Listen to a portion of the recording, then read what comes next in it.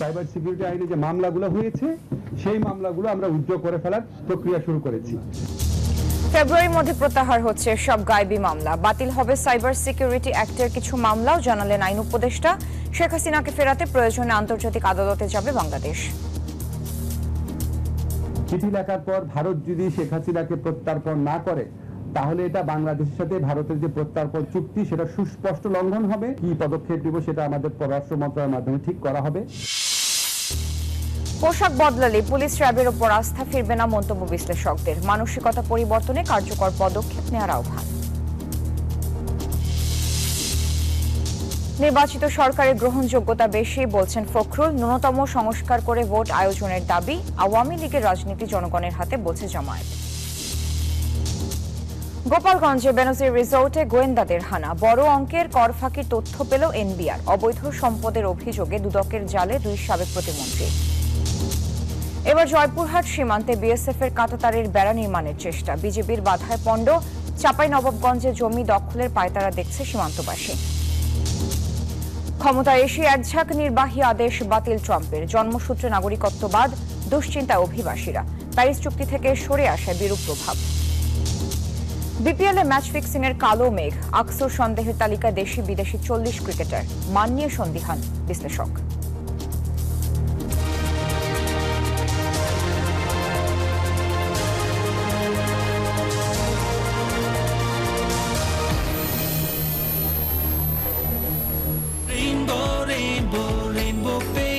Rainbow Paints, the color of joy. Outer news 24 সংবাদের সাথে আছি আমি সারা মেহজাবিন। দেখছিলেন সংবাদ শিরোনাম। শব্দের আরেক নাম, একদম ইউনিক স্ট্রাকচারাল ডিজাইনের কসমিক ডোর। এর ওয়াল থিকনেস ও রিপ থিকনেস বেশি থাকা থেকে 50 বছরেরও বেশি। কসমিক ডোর, নিশ্চিন্তে 50 বছর। এবার বিস্তারিত। সংবিধান সংস্কার কমিশনের দেয়া সুপারিশ রাজনৈতিক ঐকমত্যের ভিত্তিতে বাস্তবায়ন করা হবে বলে জানিয়েছেন আইন উপদেষ্টা অধ্যাপক আসিফ নজরুল। জানান, আগামী 1 সপ্তাহের মধ্যে 2500 গায়েবী মামলা প্রত্যাহার করা হবে। আর ফেব্রুয়ারির মধ্যে প্রত্যাহার হবে সব গায়েবী মামলা। সচিবালয়ের সমসাময়িক বিষয়ে সংবাদ সম্মেলনে উপদেষ্টা বলেন, শেখ হাসিনাকে ফিরিয়ে আনতে প্রয়োজনে আন্তর্জাতিক সহায়তা নেবে সরকার। আওয়ামী শাসনামলের মন্ত্রী, এমপি সহ যারা জুলাই গণহত্যায় জড়িত তাদের বিচার দ্রুত করার জন্য আন্তর্জাতিক অপরাধ ট্রাইব্যুনাল গঠন করে অন্তর্বর্তী সরকার। গেল 18 নভেম্বর এই ট্রাইব্যুনালে প্রথমবারের মতো বিচারের জন্য আনা হয় সেই সময়ের হেভিওয়েটদের। জুলাই গণহত্যায় জড়িতদের এই বিচারের প্রক্রিয়া দ্রুত করার জন্য প্রয়োজনে দ্বিতীয় ট্রাইব্যুনাল গঠন করার কথা জানালেন আইন উপদেষ্টা। সংবিধান সংস্কার কমিশনের সুপারিশ কোন প্রক্রিয়ায় বাস্তবায়ন হবে তা নিয়েও কথা বলেন তিনি। সংবিধান সংস্কার কমিশনের রিপোর্টের ভিত্তিতে কি হবে সংবিধান সংস্কার, বিশেষ করে এটা সম্পূর্ণভাবে জাতীয় ঐক্যমত্য কমিশন যে আছে সেই কমিশনে ডিসাইড করবে। নির্বাচনের আগে একটা জাতীয় দলিল করবে কিনা, যাতে ঠিক আছে যেই দলে ক্ষমতায় আসুক, যে পার্লামেন্টে গঠিত হোক, আমরা এই সংস্কারগুলো করব, বা গণপরিষদের নির্বাচন করবে কিনা, সেই প্রক্রিয়া যাবে কিনা, এটা জাতীয় ঐক্যমত্য কমিশন ঠিক করবে। সচিবালয়ে আইন উপদেষ্টার সমসাময়িক বিষয়ে সংবাদ সম্মেলনে উঠে আসে আগে নির্বাচন নাকি জুলাই গণহত্যায় জড়িতদের বিচার। জানান, নির্বাচনের সাথে বিচারের বিরোধ নেই। শেখ হাসিনাকে ফিরিয়ে আনতে প্রয়োজনে আন্তর্জাতিক সহায়তা নেবে সরকার। আমরা প্রত্যার্পণের জন্য চিঠি লিখেছি। চিঠি লেখার পর ভারত যদি শেখ হাসিনাকে প্রত্যার্পণ না করে তাহলে এটা বাংলাদেশের সাথে ভারতের যে প্রত্যার্পণ চুক্তি সেটা সুস্পষ্ট লঙ্ঘন হবে। সেটা আমরা সেই ব্যাপারে আমরা বিশ্ব সমাজে কি পদক্ষেপ নেব সেটা আমাদের পররাষ্ট্র মন্ত্রণালয়ের মাধ্যমে ঠিক করা হবে। আর হচ্ছে আমরা রেড অ্যালার্ট জারি করা হয়েছে ইন্টারপোলের মাধ্যমে। আমাদের যা যা করণীয় আছে আমরা করে যাচ্ছি, আরো কিছু করণীয় থাকলে ক্ষেত্র বিশেষে চিন্তা করে আমরা অবশ্যই করব। শেখ হাসিনা সরকারের আমলে শুধুমাত্র রাজনৈতিক প্রতিহিংসাবশত গায়েবী মামলা হয়েছে 2500-এর উপরে, যা 25 জেলার চিত্র। উপদেষ্টা বলেন, 1 সপ্তাহের মধ্যে এসব মামলা এবং বাকি সব মামলা ফেব্রুয়ারির মধ্যে প্রত্যাহার করা হবে। প্রত্যাহার হচ্ছে সাইবার সিকিউরিটি অ্যাক্টের কিছু মামলাও। 332টি স্পিচ অফেন্সের মধ্যে পাবলিক প্রসিকিউটরের মাধ্যমে ইতিমধ্যে 113টি মামলা প্রত্যাহার করা হয়েছে। ইতিমধ্যে 25টি জেলায় 2500-এরও বেশি মামলাকে রাজনৈতিক হয়রানিমূলক মামলা হিসাবে বা গায়েবী মামলা হিসাবে চিহ্নিত করতে পেরেছি। আগামী 7 দিনের মধ্যে মামলাগুলো প্রত্যাহার করার উদ্যোগ নেওয়া হবে। আরো মামলার খোঁজ খবর নেওয়া হচ্ছে। ফেব্রুয়ারির মধ্যে গায়েবী মামলা প্রত্যাহারের কাজ সম্পন্ন করতে পারবো। এদিকে স্বচ্ছ প্রক্রিয়ায় সুপ্রিম কোর্টে বিচারক নিয়োগ করার জন্য সুপ্রিম কোর্ট বিচারক নিয়োগ অধ্যাদেশ জারি করেছে আইন মন্ত্রণালয়। এতে বলা হয়েছে সুপ্রিম কোর্টে বিচারক নিয়োগের জন্য প্রধান বিচারপতিকে প্রধান করে 6 সদস্যের কাউন্সিল গঠন করা হবে। এর অধীনে আগামী 3 মাসের মধ্যে বিচারক নিয়োগ প্রক্রিয়া শুরু হবে। উচ্চ আদালতে রাজনৈতিক সরকারগুলো সম্পূর্ণভাবে দলীয় বিবেচনায় অনেক ক্ষেত্রে অযোগ্য লোকদেরকে জাজ হিসাবে নিয়োগ দিত। শানাজি ইয়াসমিন, নিউজ 24, ঢাকা। এই যে আমার ব্যাংক আরএফএল গ্যাস স্টোভ, এর সায়েন্টিফিক নজল আর ব্রাশ বার্নার তাপকে সমানভাবে ছড়িয়ে খরচ বাঁচায় 25%। আরএফএল গ্যাস স্টোভ নিরাপদ ও গ্যাস সাশ্রয়ী। 304 ফুড গ্রেড স্টেইনলেস স্টিলে তৈরি, যা নিশ্চিত করে জংবিহীন সিঙ্কের আজীবন নিশ্চয়তা। আরএফএল কিচেন সিঙ্ক, স্বাস্থ্যকর কিচেনের চিরস্থায়ী সমাধান। পোশাকের রং পরিবর্তনে কি বদলাবে পুলিশের নীতিনৈতিকতা? গেল 16 বছরের অপকর্ম, বৈষম্য বিরোধী ছাত্র আন্দোলনে নির্বিচারে মানুষ হত্যা করে সাধারণ মানুষের মনে যে ক্ষোভ সৃষ্টি হয়েছে তা কি কমবে? বিশ্লেষকরা বলছেন শুধুমাত্র পোশাক বদলে পুলিশ র্যাবের ওপর হারানো আস্থা ফিরবে না। এক্ষেত্রে তাদের মানসিকতা পরিবর্তনে প্রয়োজনীয় পদক্ষেপ নেওয়ার তাগিদ তাদের। মাসুদ সুমনের রিপোর্টে দেখুন বিস্তারিত।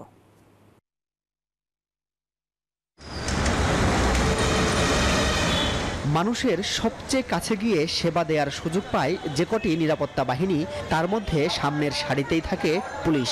অথচ তাদের নিয়ে প্রচলিত প্রবাদ, বাঘে ছুলে 18 ঘা আর পুলিশে ছুলে 36। পুলিশকে ঘিরে কেন এমন প্রবাদের প্রচলন? ফ্যাসিস্ট আমলে এই বাহিনীটাকে মিসইউজ করে পুরোপুরি মেরুদণ্ডহীন করে ফেলছিল। পুলিশের মানসিকতা পরিবর্তনটা খুবই জরুরি, যাতে সাধারণ মানুষের আস্থার জায়গাটা তারা ফিরিয়ে আনতে পারে। এই দলীয়করণটা যেন না হয়, আগামীকালে যেই রাজনৈতিক দলই ক্ষমতায় আসুক না কেন, পুলিশের মতো করে দায়িত্ব পালন করবে। গত 16 বছরের পুলিশের কর্মকাণ্ড জনমনে শুধু আস্থায় নষ্ট করেনি, ত্রাসও সৃষ্টি করেছে। ফাঁসির দণ্ডপ্রাপ্ত সাবেক ওসি প্রদীপ কুমার দাস কিংবা সাবেক পুলিশ প্রধান বেনজিরের মতো আরও অনেক পুলিশ সদস্যের বিরুদ্ধে কথিত ক্রসফায়ার, হেফাজতে নির্যাতন, মৃত্যু, চাঁদাবাজি, ঘুষ বাণিজ্য, ভয় দেখিয়ে টাকা আদায়, অপহরণ ও মুক্তিপণ, ডাকাতি, এমনকি ছিনতাই সহ নানা অপরাধের ঘটনা ঘটেছে অহরহ। সর্বশেষ বৈষম্য বিরোধী ছাত্র আন্দোলনে নির্বিচারে গুলি চালিয়ে মানুষ হত্যার পর পুলিশের উপর সাধারণ মানুষের আস্থা গিয়ে ঠেকেছে তলানিতে।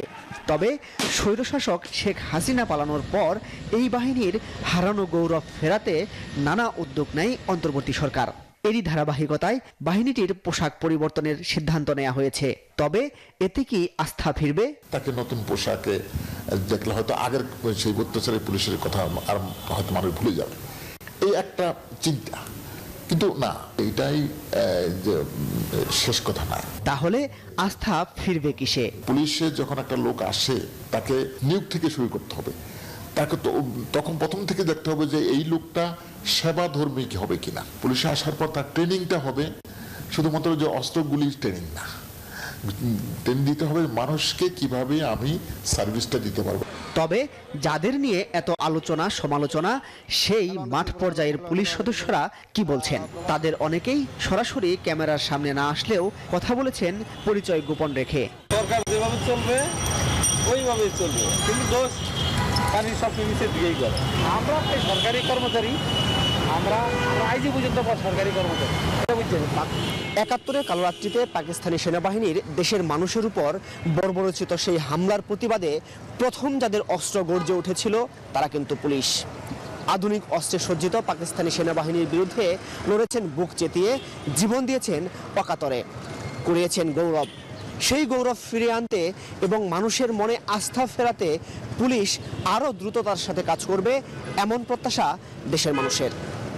মাসুদ সুমন, নিউজ 24, ঢাকা। বিজলি কেবলস যে কোনো স্থাপনার বৈদ্যুতিক সংযোগকে রাখে নিরাপদ। এর স্ক্রিন কোটেড ইনসুলেশন সম্পূর্ণ ফায়ার রিটার্ডেন্ট, তাই বিজলি কেবলস নিজেই নিজেকে নেভায়। বিজলি কেবলস, নিরাপদ আজীবন। গণহত্যার বিচারের পর জনগণই রায় দেবে আওয়ামী লীগের রাজনীতির অধিকার আছে কিনা, মন্তব্য করেছেন জামায়াতে ইসলামীর আমির ডক্টর শফিকুর রহমান। মঙ্গলবার বিকালে বরিশালের কেন্দ্রীয় হেমায়েত উদ্দিন ঈদগাহে জামায়াতের জেলা ও মহানগর কর্মী সম্মেলনে এ কথা বলেন তিনি। জামায়াতের আমির বলেন, যুদ্ধ এখনো শেষ হয়নি, যুদ্ধ এখন শুরু হয়েছে। দলের কর্মীদের যুদ্ধের জন্য তৈরি থাকার আহ্বান জানান তিনি।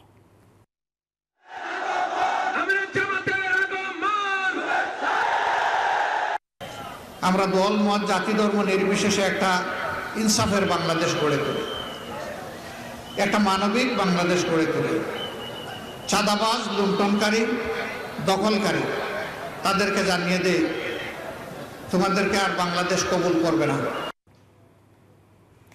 নির্বাচন চাওয়ায় বিএনপিকে গণতন্ত্রের শত্রু হিসেবে আখ্যা দেওয়া হচ্ছে, এমন অভিযোগ করেছেন দলটির নেতারা। তাদের দাবি, অনির্বাচিত সরকারের চেয়ে যে কোনো নির্বাচিত সরকার ভালো, তাই ন্যূনতম সংস্কার করে জাতীয় নির্বাচন চায় বিএনপি। মঙ্গলবার রাজধানীতে আলাদা অনুষ্ঠানে এসব কথা বলেন দলটির নেতারা। শহীদ রাষ্ট্রপতি জিয়াউর রহমানের 89তম জন্মবার্ষিকী উপলক্ষে জাতীয় প্রেস ক্লাবে জিয়া স্মৃতি পাঠাগার আয়োজিত এই আলোচনা সভা। এতে শহীদ জিয়ার জীবন ও কর্ম নিয়ে আলোকপাত করেন বিশিষ্টজনরা। আমরা যদি জিয়াকে মনে প্রাণে ধারণ করতে পারি তাহলে রাজনীতিতে একটা আমূল পরিবর্তন আনা সম্ভব হবে। প্রধান অতিথির বক্তব্যে বিএনপি মহাসচিব বলেন, বাংলাদেশের জন্য শহীদ জিয়ার অবদান জাতি চিরদিন স্মরণ করবে। সমসাময়িক রাজনীতির চিত্র তুলে ধরে তিনি বলেন, বিএনপি সংস্কারের বিপক্ষে নয়, দেশের ভালোর জন্যই বিএনপি প্রয়োজনীয় সংস্কার শেষেই নির্বাচন চায়। যে নির্বাচনটা হলে এই সমস্যাগুলো চলে যাবে। এখানে আপনার একটা নির্বাচিত সরকার, সে একটা পিপলস ম্যান্ডেট নিয়ে বসবে, এরা তো এখন বসতে পারেনি। ওদের মধ্যে সেই যে কনফিডেন্স, সেই কনফিডেন্স নাই। এখনই করে ফেলতে হবে তা তো বলছি না, ন্যূনতম যে সংস্কারটা প্রয়োজন সেটা করে নিয়ে নির্বাচিত করলে সমস্যাটা অনেকটা সমাধান হবে। সংস্কার কমিশনের দেয়া সুপারিশ নিয়েও কথা বলেন বিএনপি মহাসচিব। জাতীয় ঐকমত্যের ভিত্তিতে সুপারিশ বাস্তবায়নের উপর জোর দেন তিনি। সংস্কারের প্রস্তাবগুলো আসতে শুরু করেছে। আমার বিশ্বাস যে আমাদের প্রধান উপদেষ্টা তিনি খুব শীঘ্রই এই বিষয়গুলো ডাকবেন, একটা সমাধানের দিকে আসবেন, আলোচনা হবে, ঐক্যমতের ভিত্তিতে আমরা একটা জায়গায় গিয়ে পৌঁছাবো। এদিকে জাতীয় প্রেস ক্লাবে অন্য এক আলোচনা সভায় বিএনপির ভাইস চেয়ারম্যান শামসুজ্জামান দুদু বলেন, বিএনপি কেবল ক্ষমতায় যাওয়ার জন্যই নির্বাচনের কথা বলছে না। বিএনপি চায় জনগণের মতামতের ভিত্তিতে একটি জবাবদিহিতামূলক সরকার প্রতিষ্ঠিত হোক।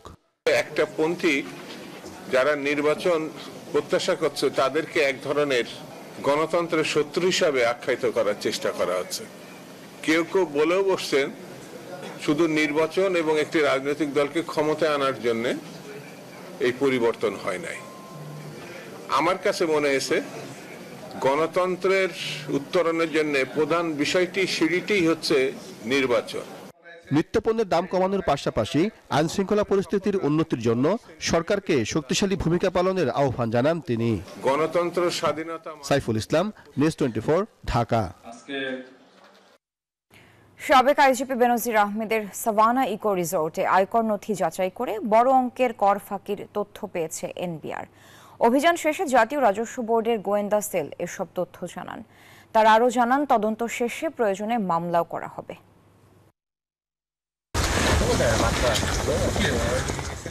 গোপালগঞ্জের সাবেক আইজিপি বেনজির আহমেদের Savanna eco resort and national পার্কে জাতীয় রাজস্ব বোর্ডের সেন্ট্রাল ইন্টেলিজেন্স সেল অভিযান চালায়। 15 সদস্যের প্রতিনিধি দল মঙ্গলবার সকাল 11:50 পার্কে প্রবেশ করে। বিভিন্ন স্থাপনা ঘুরে দেখেন এবং অফিস কক্ষের কম্পিউটার ও ফাইলপত্র যাচাই বাছাই করেন। পরে এনবিআর এর কর্মকর্তারা সাংবাদিকদের জানান, কর ফাঁকির তথ্যের ভিত্তিতে অভিযানে আসেন তারা। বলেন, বিপুল পরিমাণ কর ফাঁকি দেয়া হয়েছে, তবে আরও তদন্ত প্রয়োজন। Savanna eco resort plus Savanna eco রিসোর্টের যারা পরিচালক আছেন প্লাস এদের স্বার্থ সংশ্লিষ্ট যিনি ব্যক্তিরা আছেন তাদের ব্যাপারে কিছু তথ্য ছিল, সেইটাই আমরা যাচাই করতে এবং কিছু তল্লাশি করার জন্য আমরা এখানে এসেছিলাম এবং আমরা কর ফাঁকি সংক্রান্ত সুনির্দিষ্ট কিছু তথ্য পেয়েছি ইতিমধ্যে। কি পরিমাণ সম্পদ পার্কে রয়েছে এবং দখল করা হয়েছে কিনা তাও তদন্ত করা হবে বলেও জানায় এনবিআর। সুনির্দিষ্ট অঙ্ক বলা খুব মুশকিল যে এখানে বিনিয়োগ কত হয়েছে, কারণ এখানে বেশ কিছু ডিপার্টমেন্টের সার্ভে রিপোর্ট লাগবে আমাদের, জমি সংক্রান্ত, তারপর হচ্ছে সিভিল কনস্ট্রাকশন, তারপর এখানে একটা ট্রান্সফরমার আছে, সাবস্টেশন আছে, সবকিছু মিলে এই তথ্যগুলো যখন আমাদের হাতে আসবে তখন বলা যাবে যে এখানে টোটাল সব মিলে বিনিয়োগ কি পরিমাণ হয়েছে। বেনজির আহমেদ ও তার পরিবারের সদস্যদের বিরুদ্ধে রাজস্ব সংক্রান্ত সকল দুর্নীতি ও অনিয়মের তদন্ত করবে এই প্রতিনিধি দল। সাবেক আইজিপি ডক্টর বেনজির আহমেদের বিরুদ্ধে নানা অনিয়ম দুর্নীতির ব্যাপক আলোচনা সমালোচনার পর হঠাৎ সাভানা ইকো রিসোর্টে এনবিআর এর কর্মকর্তারা। তিনি এবং তার পরিবারের সদস্যরা ঠিকমতো ভ্যাট ট্যাক্স দিয়েছেন কিনা, এছাড়া কি পরিমাণ সম্পদ রয়েছে এখানে, এসব কিছু নিয়ে তদন্ত করবেন তারা। Masuda Laboni, Savanna eco resort, Gopalganj. Awami League সরকারের গণশিক্ষা প্রতিমন্ত্রী জাকির হোসেনের বিরুদ্ধে মামলা করেছে দুদক।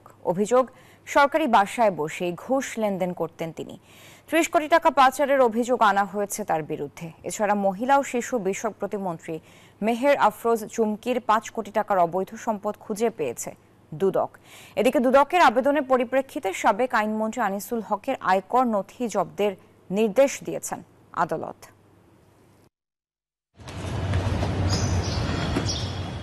সরকারি আমলা থেকে শুরু করে রাষ্ট্রের গুরুত্বপূর্ণ ব্যক্তিদের সিল স্বাক্ষর জাল করে অর্থ হাতিয়ে নেওয়ার অভিযোগে মঙ্গলবার সরকারি আবাসন পরিদপ্তরের উচ্চমান সহকারীকে গ্রেপ্তার করেছে দুদক।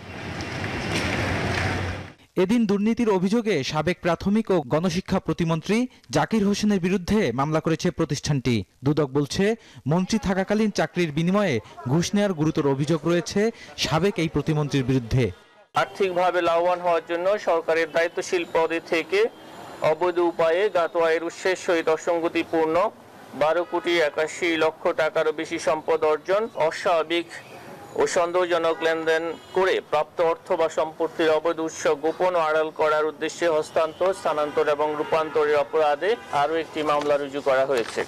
এদিকে লুটপাটের অভিযোগে মহিলা ও শিশু বিষয়ক সাবেক প্রতিমন্ত্রী মেহের আফরোজ চুমকির বিরুদ্ধে মামলা করেছে সংস্থাটি।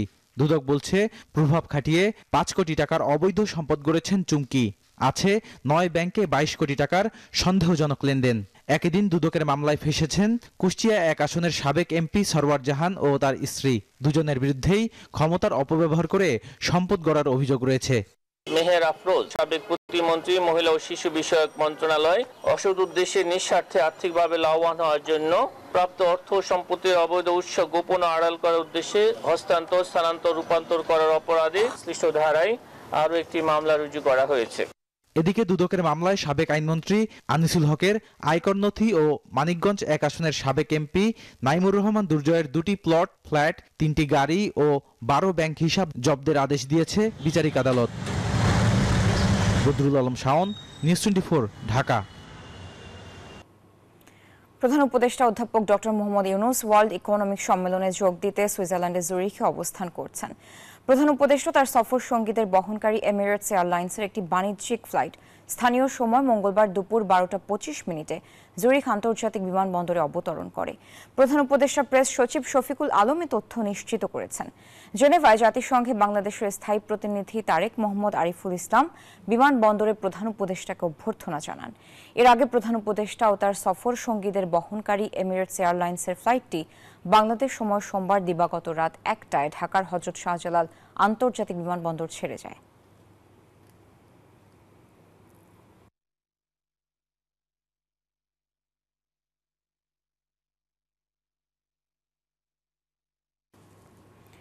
সুইজারল্যান্ডে চলছে বিশ্ব অর্থনৈতিক ফোরামের বার্ষিক সম্মেলন। অংশ নিতে দেশটিতে পৌঁছেছেন প্রধান উপদেষ্টা ডক্টর মোহাম্মদ ইউনূস। ডক্টর ইউনূসের দ্বিপাক্ষিক বৈঠক ও আয়োজনের বিস্তারিত জানিয়েছেন সহকর্মী মারুফা রহমান। প্রধান উপদেষ্টা সুইজারল্যান্ড পৌঁছানোর পরপরই দাভোসের কংগ্রেসে যোগ দেন এবং তারপর তিনি একটি বৈঠক করেছেন জার্মানির চ্যান্সেলর ওলাফ শুলসের সঙ্গে। সেখানে দ্বিপাক্ষিক বেশ কিছু বিষয় উঠে এসেছে বলে আমরা জানতে পেরেছি। বাংলাদেশে গণতন্ত্রকে সমুন্নত রাখার বিষয়ে সমর্থন জানিয়েছেন জার্মানির চ্যান্সেলর এবং একই সঙ্গে গণ অভ্যুত্থানে ছাত্রদের ভূমিকা নিয়ে বিস্তারিত তুলে ধরেছেন প্রধান উপদেষ্টা জার্মানির চ্যান্সেলরের কাছে এবং একই সাথে নেপাল থেকে জলবিদ্যুৎ আনার বিষয়েও তাদের মধ্যে কথা হয়েছে। এই দ্বিপাক্ষিক বৈঠকে আরও কথা হয়েছে রোহিঙ্গা প্রত্যাবর্তন ইস্যুতে জার্মানির চ্যান্সেলরের সহযোগিতা চেয়েছেন ডক্টর মোহাম্মদ ইউনূস এবং সেই সাথে আলাপ করেছেন রোহিঙ্গা প্রত্যাবর্তন ছাড়াও বাংলাদেশের বিনিয়োগের বিষয়ে। জার্মানি থেকে যারা ব্যবসায়ী রয়েছেন তাদেরকে বিনিয়োগের বিষয়ে আমন্ত্রণ জানিয়েছেন বাংলাদেশে যাওয়ার জন্য। এছাড়াও বাংলাদেশের যে জলবায়ু আক্রান্ত একটি দেশ, সেখান থেকে সেই ক্ষতি আসলে কিভাবে কাটিয়ে ওঠা যায় বা জলবায়ু আক্রান্ত দেশ হিসেবে বাংলাদেশকে তারা যেন মাথায় রাখে এবং বাংলাদেশের এই জলবায়ুর ক্ষতির প্রভাবটা কতখানি কমানো যায় সেই বিষয়ে ডক্টর ইউনূস এখানে কথা বলেছেন এবং কর্মসংস্থানের বিষয়ে কথা হয়েছে। প্রবাসীদেরকে প্রশিক্ষণ এবং প্রবাসীদেরকে কর্মসংস্থানের বিষয় ছাড়াও ভিসা ইস্যুতে কথা হয়েছে। এই বিষয়গুলো ধরে এই দ্বিপাক্ষিক বৈঠকে আলাপ হয়েছে বলে আমরা জানতে পেরেছি। তার সেশনের জন্য আসলে সকলেই অপেক্ষা করছে 23 তারিখ যে সেশন হবে, তবে সেই সেশনের আগেই অনেকগুলো বৈঠক আসলে তার রয়েছে, 1-to-1 ক্লোজ ডোর যেগুলো, এবং অনেক জায়গায় তার আমন্ত্রণ রয়েছে। মোটামুটি এই ছিল এখনকার মতো সবশেষ তথ্য আমার কাছে। সংবাদের সময় হলো একটি বিরতি, ফিরছি আরো খবর নিয়ে সাথে থাকুন।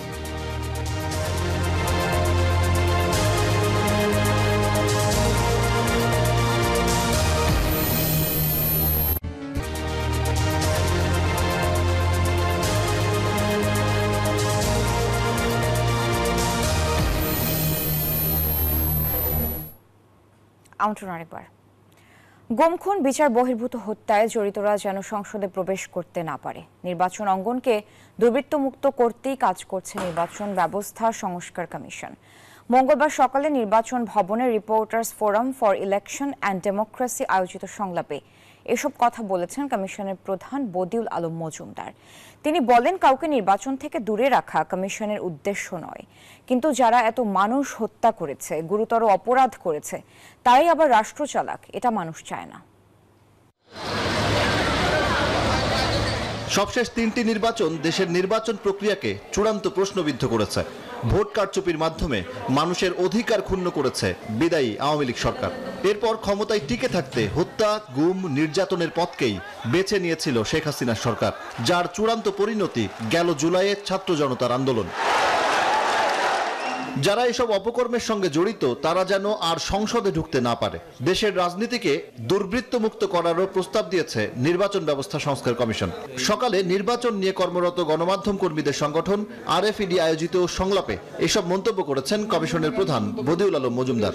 আমরা কাউকে জোর করে কিংবা অযাচিতভাবে, অন্যায়ভাবে আমরা কাউকে থেকে দূরে রাখার চেষ্টা করছি না। যারা অপরাধ করেছে, যারা বিভিন্নভাবে গুরুতর মানবাধিকার লঙ্ঘন করেছে, তারা আবার এসে আমাদের রাষ্ট্র পরিচালনা করুক, আমি তো মনে করি অধিকাংশ জনগণে চায় না। তিনি বলেন, দেশের নির্বাচন ও রাজনৈতিক প্রক্রিয়া আবারও সুস্থ ধারায় ফেরাতে কাজ করছে অন্তর্বর্তী সরকার। রাজনৈতিক দলগুলোকে পরিচ্ছন্ন করা, আরেকটা হলো নির্বাচনী অঙ্গনকে দুর্বৃত্তমুক্ত করা, তারপরে নির্বাচন কমিশনকে শক্তিশালী করা, এগুলো তো সবগুলোই গুরুত্বপূর্ণ। স্থানীয় সরকার ও জাতীয় নির্বাচন একসাথে বা 4 মাসের মধ্যে আয়োজন করা কঠিন হবে বলেও মন্তব্য করেন তিনি। বলেন, কোন রাজনৈতিক দলের নিবন্ধন বাতিল করা হবে কিনা সেই সিদ্ধান্ত নেবে নির্বাচন কমিশন। ভবিষ্যতে যখন পরিস্থিতি ভিন্ন হবে, আমাদের সুষ্ঠু নির্বাচনের একটা পরিবেশ সৃষ্টি হবে, আমরা আশা করি যে নির্বাচন কমিশন সঠিক সিদ্ধান্ত নেবে। সংস্কার প্রস্তাবগুলো বাস্তবায়ন হলে শক্তিশালী হবে নির্বাচন কমিশন, আমূল পরিবর্তন আসবে দেশের নির্বাচন ব্যবস্থায়। যদিও এক্ষেত্রে রাজনৈতিক দলগুলোর ঐকমত্য জরুরি বলেও মন্তব্য করেন তিনি। এগুলো গৃহীত হবে কি না হবে এটা নির্ভর করবে আমাদের রাজনৈতিক দল এবং সরকার। সজল দাস, নিউজ 24, ঢাকা।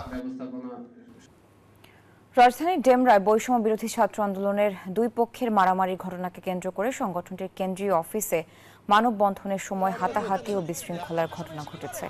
বিকেলে বাংলা মোটরে বৈষম্য বিরোধী ছাত্র আন্দোলনের কেন্দ্রীয় অফিসের সামনে বিক্ষুব্ধ শিক্ষার্থীরা জানান, গতকাল ডেমরায় মারামারি ঘটনাকে কেন্দ্র করে আজকে তারা মানববন্ধন করার সময় তাদেরকে বাধা দেয়া হয়। এক পর্যায়ে বৈষম্য বিরোধী ছাত্র আন্দোলনের কেন্দ্রীয় অফিস থেকে তাদেরকে সরিয়ে দেয়া হয়। এ সময় হাতাহাতির ঘটনায় 3 জন আহত হন। বিক্ষোভকারীদের দাবি, ঘটনার সময় উপস্থিত ছিলেন বৈষম্য বিরোধী ছাত্র আন্দোলনের সমন্বয়ক রিফাত রশিদ। বৈষম্য বিরোধী ছাত্র আন্দোলনের কেন্দ্রীয় অফিসের নিচে বিক্ষোভ করার সময় ঘটনাস্থলে আসেন সমন্বয়ক হাসনাত আব্দুল্লাহ। তিনি উপস্থিত শিক্ষার্থীদের বক্তব্য শোনেন।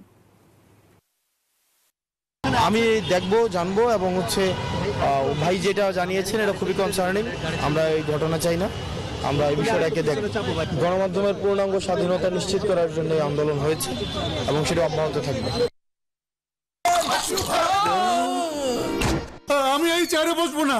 বাচ্চু ভাই, এই চেয়ারকে ভয় পেও না। ডেন্টিস্টের পরামর্শে নাও নতুন কোলগেট অ্যাক্টিভ সোল, যা দাঁতের সমস্যা শুরু হওয়া মাত্রই থামিয়ে দেয়। না থাকবে ব্যথা, না থাকবে ভয়।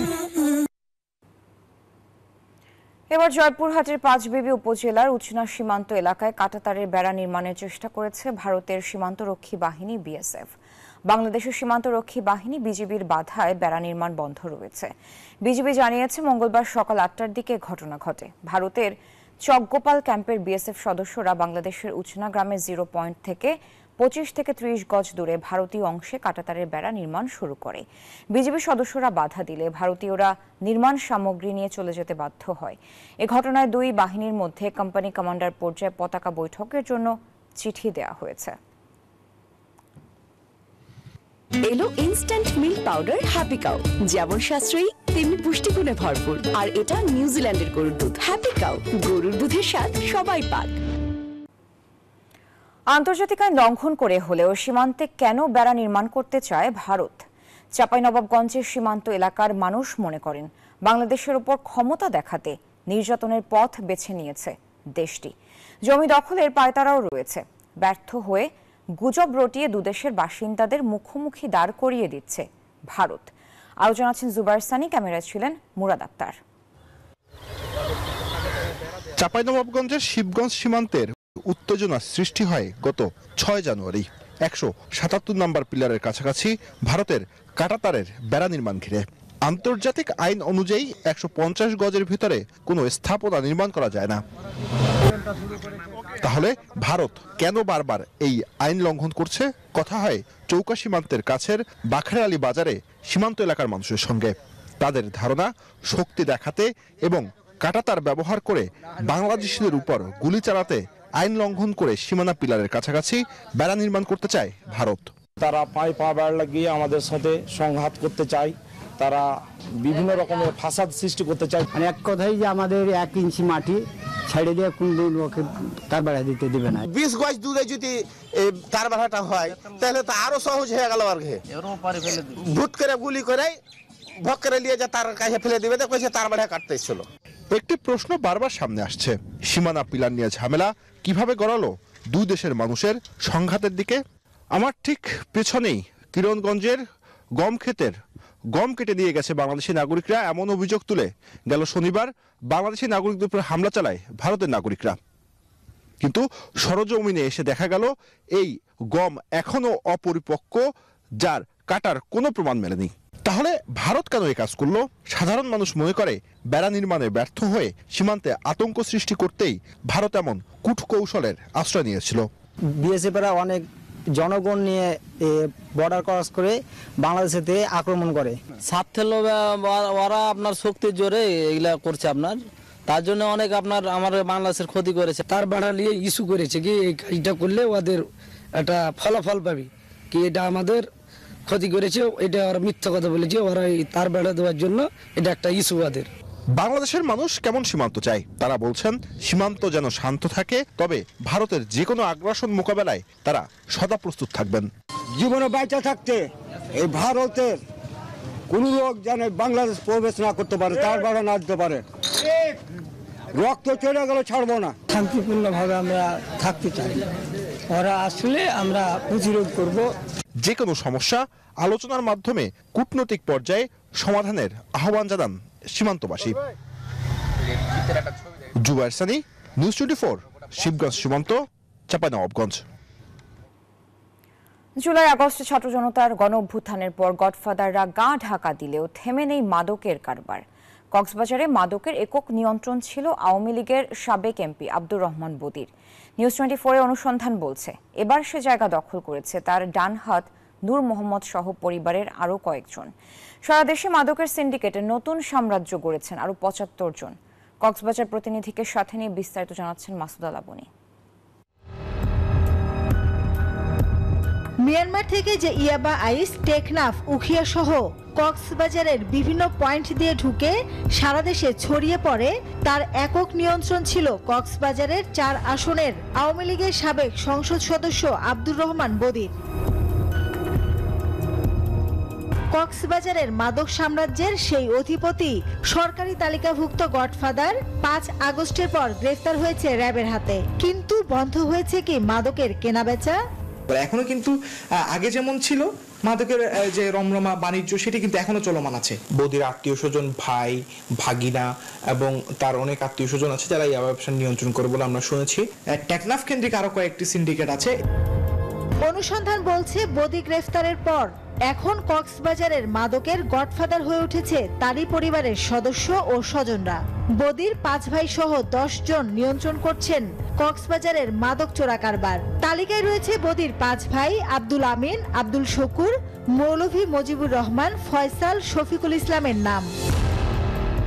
এছাড়াও বদির 2 ভাগিনা নিপুণ এবং সালমান, চাচাতো ভাই ফরিদ আলম, আরেক ভাগিনা নাহিদ, বদির ডান হাত নূর মোহাম্মদ প্রকাশেরও নাম রয়েছে। তাদের বিরুদ্ধে মাদক, মানি লন্ডারিং প্রতিরোধ আইন এবং অস্ত্র মামলাও রয়েছে। তবে মাদকদ্রব্য নিয়ন্ত্রণ অধিদপ্তর বলছে মাদক চোরাচালানের নয়া এই সিন্ডিকেট ভাঙতে তৎপর আছেন তারা। শূন্যতা ডেফিনেটলি পূরণ করেছে এবং কারা করেছে এই তথ্য আমাদের কাছে আছে এবং তার কিছু কিছু বদির যে আত্মীয় স্বজন ছিল, কিছু কিছু আত্মীয় স্বজন কিন্তু এখনো এটার সাথে জড়িত আছে বলে আমরা এখনো তথ্য পেয়েছি। এছাড়া সারা দেশের মাদক নিয়ন্ত্রণকারী 85 জনের নতুন তালিকাও করেছে মাদকদ্রব্য নিয়ন্ত্রণ অধিদপ্তর। মূলত আমরা শর্ট তারিখে একটা করেছি যেটা আমাদের টার্গেটেড ফার্স্ট টার্গেট, সেটার মধ্যে আমাদের 85 আছে, বাকি যেটা আছে টোটাল অ্যারাউন্ড 12,000 হবে এরকম। সংশ্লিষ্টরা বলছেন সীমান্তরক্ষী বাহিনী ও কোস্টগার্ড আরও তৎপর না হলে মাদক প্রবেশ ঠেকানো সম্ভব নয়। মাসুদা লাবনী, নিউজ 24, ঢাকা।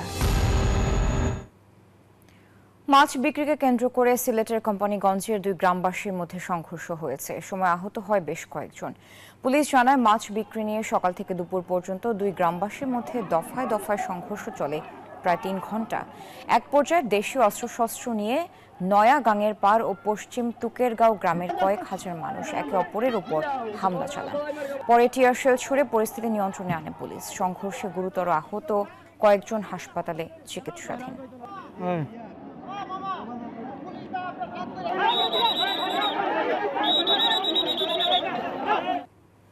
গাজীপুরে বেক্সিমকো ইন্ডাস্ট্রিয়াল পার্কের সকল কারখানা খুলে দেওয়ার দাবিতে শ্রমিকরা গণসমাবেশ করেছে। মঙ্গলবার দুপুর 2টা থেকে পূর্ব ঘোষণা অনুযায়ী বন্ধ সকল কারখানা খুলে দেওয়ার দাবিতে গাজীপুরের তেতুইবাড়ি এলাকার সানসিটি মাঠে শ্রমিকদের গণসমাবেশ হয়। এ সময় বেক্সিমকো ইন্ডাস্ট্রিয়াল পার্কের 42,000 শ্রমিক, কর্মচারী ও কর্মকর্তারা জড়ো হন। দাবি আদায় না হওয়া পর্যন্ত আন্দোলন চালিয়ে যাওয়ার হুঁশিয়ারি দেন বক্তারা। এর আগে শ্রমিকরা বকেয়া বেতন আদায় ও কারখানা খুলে দেওয়ার দাবিতে মহাসড়ক অবরোধ করে বিক্ষোভ করে।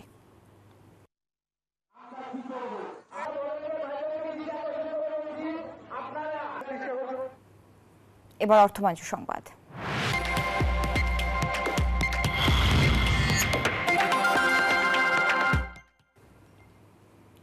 আন্তর্জাতিক মানের ডেটা সেন্টারের জন্য যেসব প্রযুক্তিগত অবকাঠামো প্রয়োজন সেগুলো বাংলাদেশে নেই। নিরাপদ ও টেকসই নীতিমালা, ফলে দেশের টেলিযোগাযোগ খাতে নিরুৎসাহিত থাকছে বড় বিনিয়োগ। মঙ্গলবার বিকালে বিটিআরসি কার্যালয়ে সংবাদ সম্মেলনে এসব কথা বলেন কমিশন চেয়ারম্যান মোহাম্মদ এমদাদুল বারী। তিনি জানান, সার্বিক টেলিযোগাযোগ খাত পুনর্গঠনে আগামী মার্চের মধ্যেই সরকারের কাছে রোডম্যাপ দেবে তার দপ্তর। দেশে মোবাইল টেলিযোগাযোগ মাধ্যমের সিম প্রযুক্তিতে কথা বলেন প্রায় 18 কোটি মানুষ। ইন্টারনেট সেবায় যুক্ত প্রায় 12 কোটি, আর ব্রডব্যান্ড ইন্টারনেট সেবা গ্রহীতার সংখ্যা প্রায় 1.5 কোটি। তবে শুরু থেকেই নিরবচ্ছিন্ন সংযোগ নিয়ে ভোক্তা পর্যায়ে রয়েছে চরম অসন্তুষ্টি। আগস্টের পট পরিবর্তনের পর সব খাতে চলছে সংস্কার। টেলিযোগাযোগ খাতের সব অংশীজনদের নিয়ে গঠিত হয় কমিটি।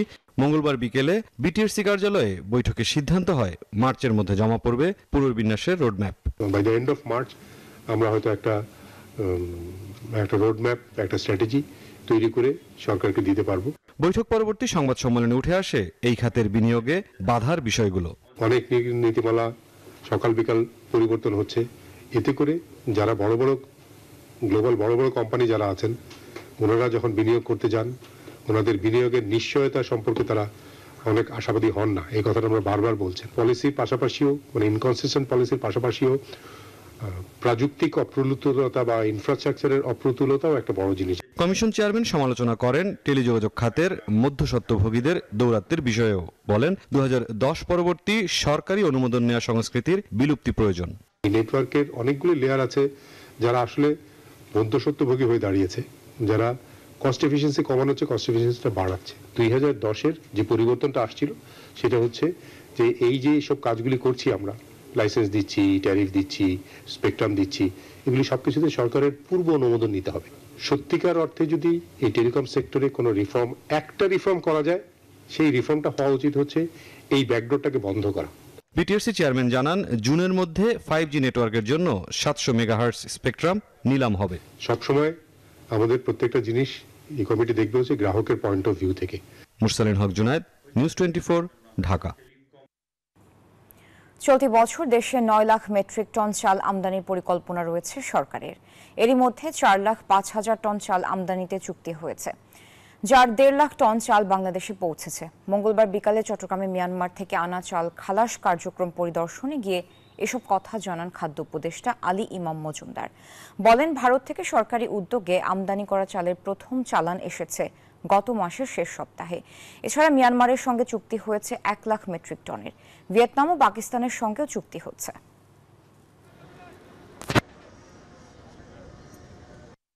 এক নম্বর কথা হচ্ছে দাম বাড়া বন্ধ হয়েছে, 1 নম্বর 3 থেকে 5 টাকা পর্যন্ত কমছে, এবং বিশেষ করে মোটা চালের আর কি। আমরা আশা করছি যে আমরা আরো আনতে থাকবো এবং সেটা বাড়ার সুযোগ আর থাকবে না, বরং ক্রমান্বয়ে কমবে।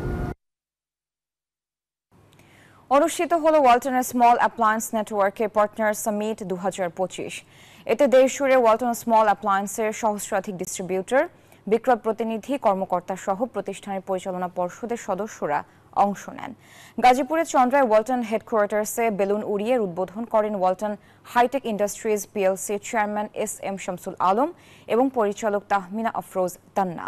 ওয়ালটন হোম এবং কিচেন অ্যাপ্লায়েন্সের সিবিও মোস্তফা কামালের সভাপতিত্বে সম্মেলনে অন্যদের মধ্যে উপস্থিত ছিলেন ওয়ালটন প্লাজার এমডি মোহাম্মদ রায়হান, ওয়ালটন হাইটেকের এএমডি ইউসুফ আলী, ডিএমডি মফিজুর রহমান। অনুষ্ঠান সঞ্চালনা করেন জনপ্রিয় চিত্রনায়ক আমিন খান।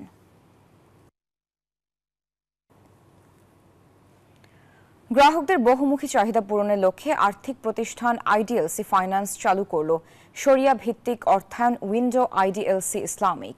মঙ্গলবার সন্ধ্যায় রাজধানীর একটি হোটেলে অনুষ্ঠিত হলো এর উদ্বোধনী অনুষ্ঠান। শরিয়া ভিত্তিক অর্থায়ন ব্যবস্থাপনায় লেনদেনের নানা সুফল নিয়ে আলোচনা করেন বক্তারা। দেশে ব্যক্তি ও প্রতিষ্ঠানের জন্য বিভিন্ন মেয়াদে আমানত সেবা প্রদানের কথা বলেন তারা।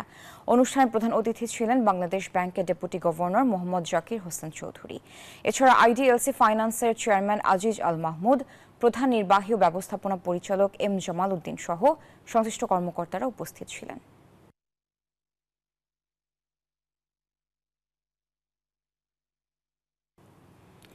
ইসলামী ব্যাংক বাংলাদেশের 2 দিন ব্যাপী ব্যবসা উন্নয়ন সম্মেলন অনুষ্ঠিত হয়েছে।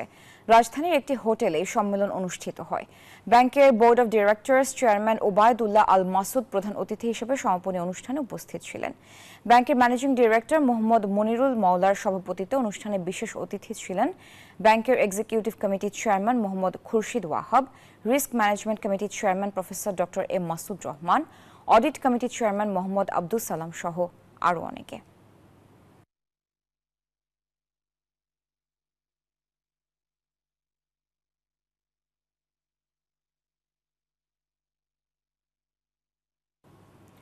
সংবাদের সময় হলো আরেকটি বিরতির সাথেই থাকুন।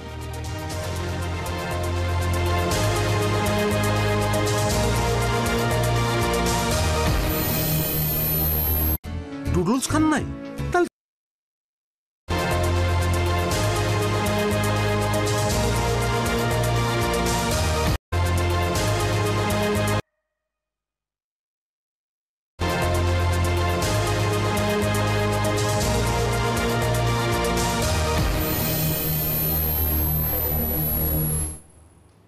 আমন্ত্রণ আরেকবার। এবার আন্তর্জাতিক সংবাদ।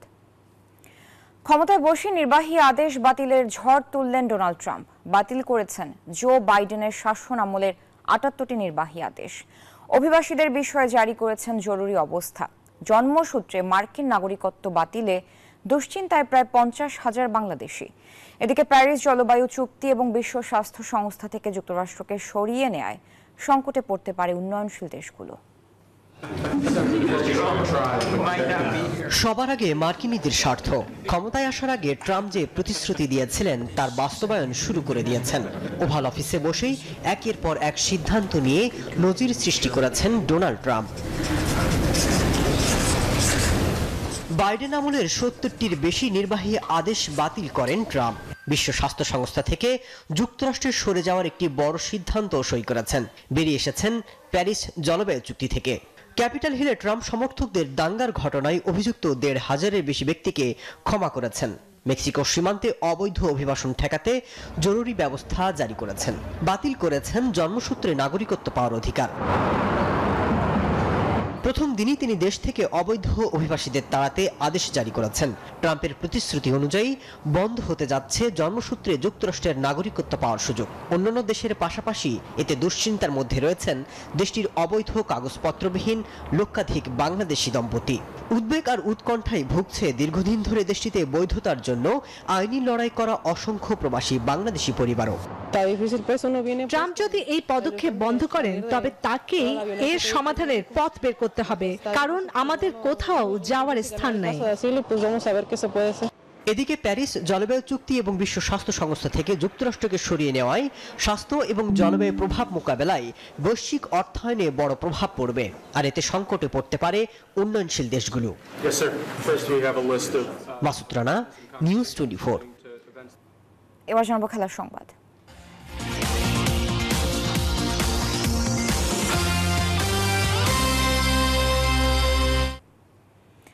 এবার বিপিএল এ ফিক্সিং এর অভিযোগ উঠছে। গণমাধ্যমের খবর আকসুর সন্দেহের তালিকায় দেশি বিদেশি 40 ক্রিকেটার।